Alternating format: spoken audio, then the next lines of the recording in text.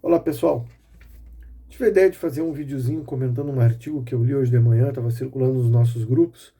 Como aquele vídeo que eu fiz da psicanálise foi bem recebido, circulou bastante, foi bastante criticado também, eu achei que seria interessante fazer o mesmo, né? Comentando um artigo. Talvez vire uma rotina aqui do perfil, ler esses textos e comentá-los, não é?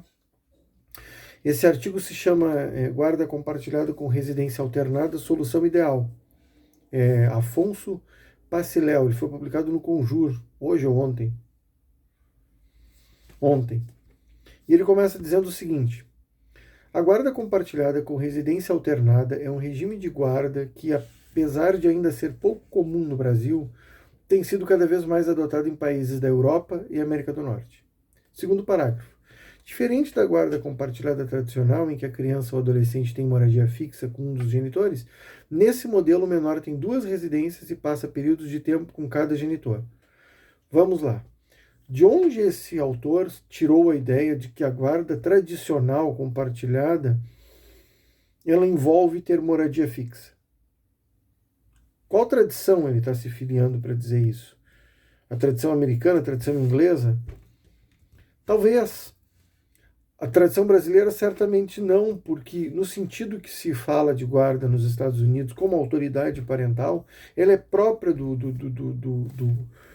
da, da legislação americana, que não tem, como no Brasil, a figura, né, do poder familiar.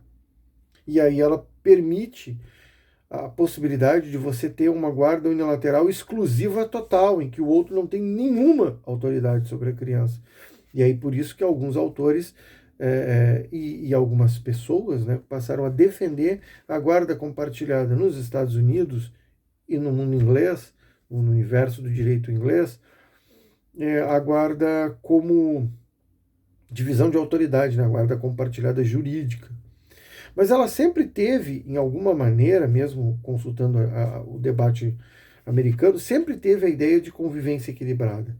Ela não é exclusivamente divisão de autoridade, embora muitas vezes seja. E esse não é também o modelo de guarda compartilhada mais que aquele que as pessoas falam quando estão falando de guarda compartilhada no debate americano. Quando as pessoas falam de guarda compartilhada no debate americano, elas estão falando de custódia física. Na ampla maioria do tempo, o que elas estão dizendo é que a criança vai alternar residências. Porque ela vai alternar residência em qualquer regime. E esse é outro problema aqui, né? Ele dá duas definições, e o problema, muitos textos de direito de família são muito complicados, assim, porque não parece haver um rigor conceitual e lógico com os conceitos que são usados. Nesse modelo, o menor tem duas residências e passa períodos de tempo com cada genitor. Passar períodos de tempo você passa em todos os regimes, né? Se você mora em outra cidade, o seu filho passa um tempo com você nas férias e em feriados prolongados, ele passa um tempo com você. Na guarda unilateral, o seu filho passa com você alguns dias, 2 dias. Tem regimes de convivência em guarda unilateral que são bem amplos. Por quê? Porque começa a haver uma diluição do conceito de guarda como custódia física exclusiva, não é? Vou ler o outro parágrafo. No Brasil, não existe a previsão legal para a guarda compartilhada com alternância de residência. Essa frase não faz sentido. Ela não faz sentido porque sempre existe alternância de residências. Sempre. Se você vai ter convivência quinzenal, alterna-se a residência nesse período. Mas vamos ser generosos. O que ele está querendo dizer é que não existiria, segundo essa interpretação, uma previsão para uma alternância. O quê?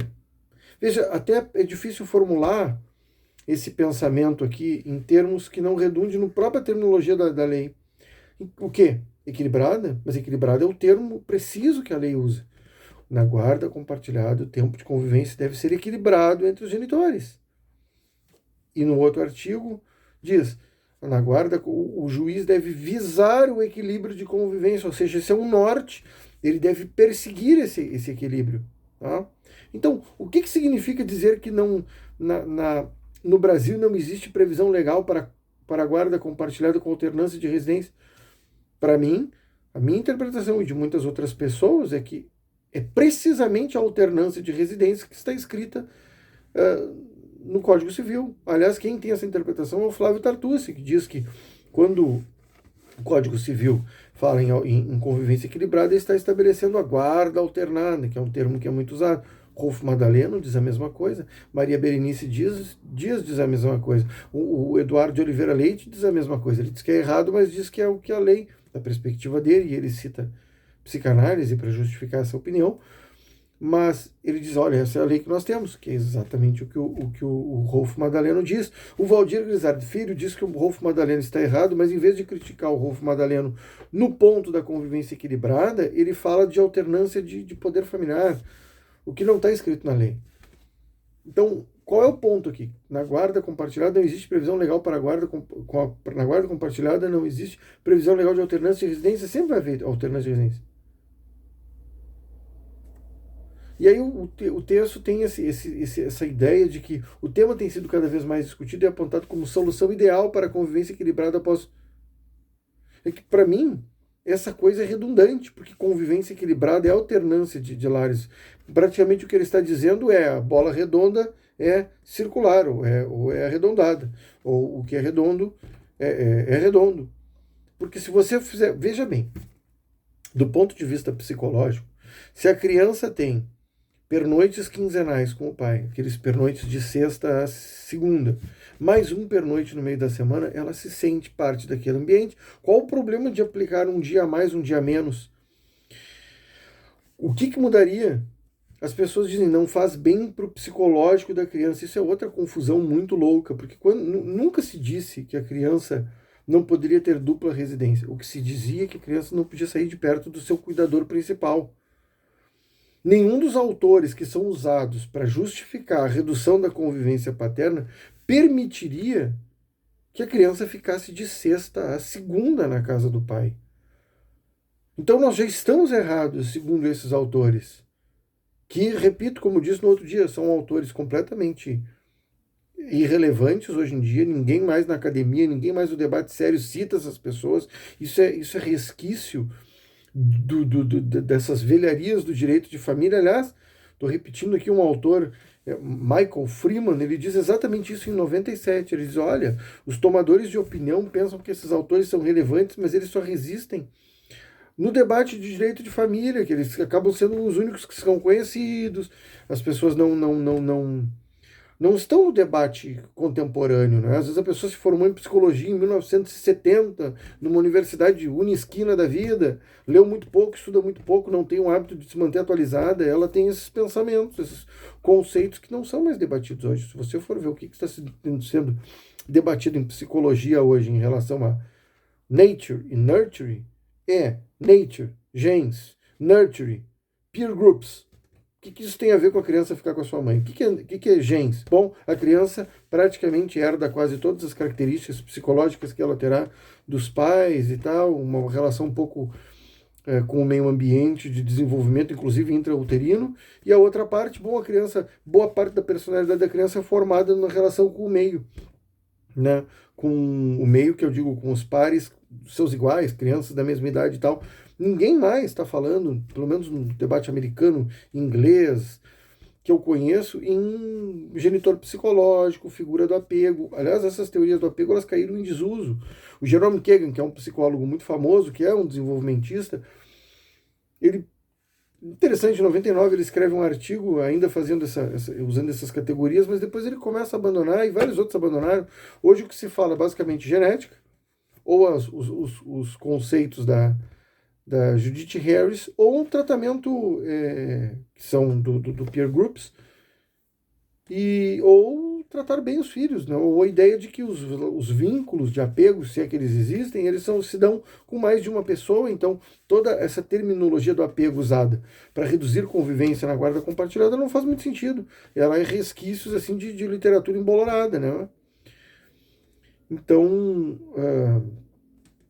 voltando, em que sentido a criança tem um lar de referência, né? Em que sentido ela tem um lar principal, sendo que ela convive de algum modo equilibrado com o outro? A não ser que você diga que não vai ser equilibrado, descumprir a lei. Essa seria a consequência, ou pelo menos o objetivo. Numa interpretação assim, você vai organizar a convivência da criança, o pai pega no sábado e entrega no sábado, dá uma volta no shopping, compra um cartucho de videogame, não é mesmo? Já que estamos nos anos 80, na psicologia dos anos 80, o pai compra um cartucho de videogame, leva para comer, leva no Play Center e entrega na casa da mãe às 6 da tarde. Se esse é o modelo, bom, aí tudo bem. Aí a criança tem mesmo um lar de referência. Agora, se o pai pega a criança no sábado, na sexta, entrega na segunda na escola, essa criança tem dupla residência. Então, em parte, esse artigo não faz muito sentido, porque ele é redundante. Ele está preso a essas prisões mentais, esses cacuetes, essas platitudes que são muito repetidas. Às vezes eu vejo a pessoa escrever o seguinte: a guarda compartilhada é muito boa para evitar a alienação parental. Puxa, é verdade. Aí a pessoa define guarda compartilhada, divisão de autoridade. Mas como é que você vai evitar a alienação parental se você não tem a custódia física da criança? Não tem como. Se você não convive com a criança, ela está sujeita à alienação parental, é a alienação parental física e psicológica. Porque a guarda compartilhada impede a alienação parental se você convive com o filho e ele começa a perceber que as coisas que são ditas não são verdade. E porque você não é impedido de conviver com seu filho do ponto de vista físico mesmo. Se você convive, se você tem os dias de convivência, então você convive, não é? Então você não é alienado nesse sentido de estar próximo, de conviver, de ser uma figura presente na vida do seu filho, estar ali, ele te reconhecer como pai ou como mãe, não é mesmo? Então, as pessoas parecem repetir umas coisas assim, parece haver um baixo nível de reflexão, um baixo grau de reflexão com os próprios conceitos que são usados, né? Disse uma coisa, 5 minutos depois se desdiz aquilo que foi dito, 3 minutos depois se desdiz aquilo que se disse antes e antes. E ficam esses discursos, é uma confusão conceitual muito estranha. Depois o autor diz o seguinte: na guarda compartilhada, o filho tem uma residência fixa com um dos genitores, mas também convive com o outro, o filho, né? E convive com o outro genitor em dias definidos, como alguns finais de semana ou quinzenal, né? Nesse regime, os dois genitores dividem as responsabilidades e os cuidados. Bom, cuidado é um termo técnico. Não se usa cuidado no sentido de autoridade parental. Cuidado nos Estados Unidos é o care and control. É justamente a distinção que é usada para dizer: você tem a guarda física nos Estados Unidos e na Inglaterra, né? Eles usam esse conceito de care and control, porque, né, proteção e cuidado, estar junto, estar próximo, controlar, porque é esse sentido da guarda física. Então, se o sujeito está dizendo que os pais dividem as responsabilidades e os cuidados, ora, para dividir os cuidados é preciso ter a dupla residência. Como é que você vai cuidar de uma criança? Isso é uma pergunta, não sou eu que estou fazendo. É o relator do substitutivo na Câmara, o Dr. Rosinha. Ele diz: como é que você vai participar da vida do seu filho se você não está próximo dele? A guarda compartilhada, e diz o relator. Eu acho tão interessante que as pessoas leem tanta porcaria em direito de família, sendo que o relatório do Dr. Rosinha já explica bem guarda compartilhada. Você só precisa, para entender guarda compartilhada, você precisa de duas coisas. Duas, não é difícil.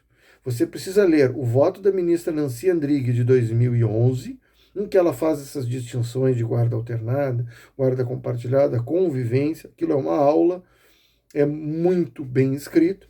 E o voto do Dr. Rosinha. Simples. O resto são coisas como esse artigo, com todo respeito, que é extremamente confuso. Repete esses textos, esses artigos, esses conceitos confusos. Tinha uma outra parte que eu queria ler.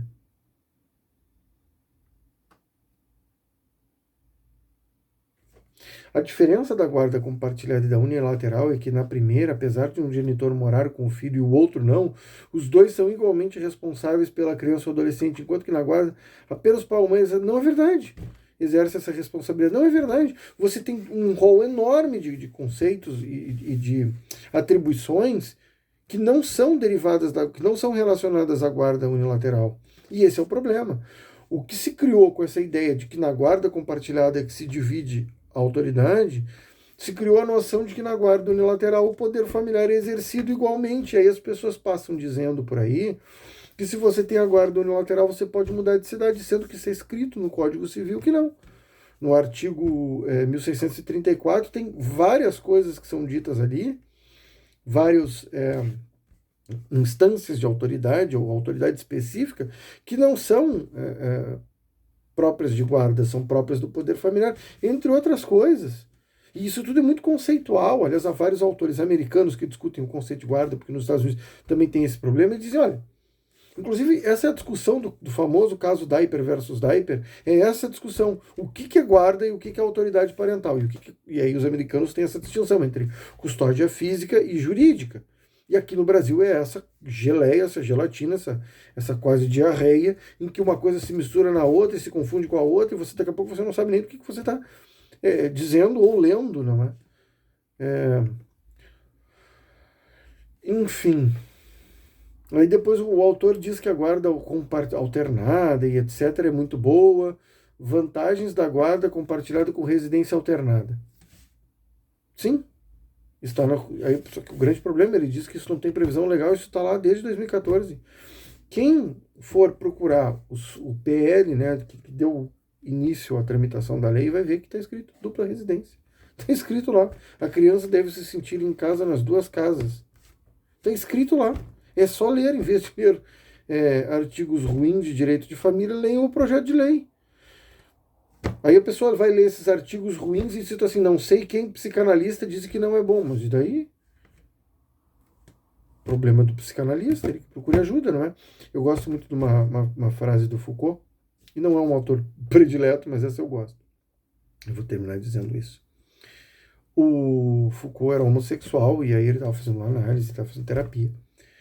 E o analista dele diagnosticou o Foucault com homossexualismo. Ele disse, olha, o seu problema é o homossexualismo. E ele, Foucault, muito inteligente, diagnosticou o psicanalista com psicanálise. Ele disse que o problema do psicanalista era precisamente a psicanálise. Basicamente isso, não é? É isso. Obrigado por quem assistiu. Ficamos aqui.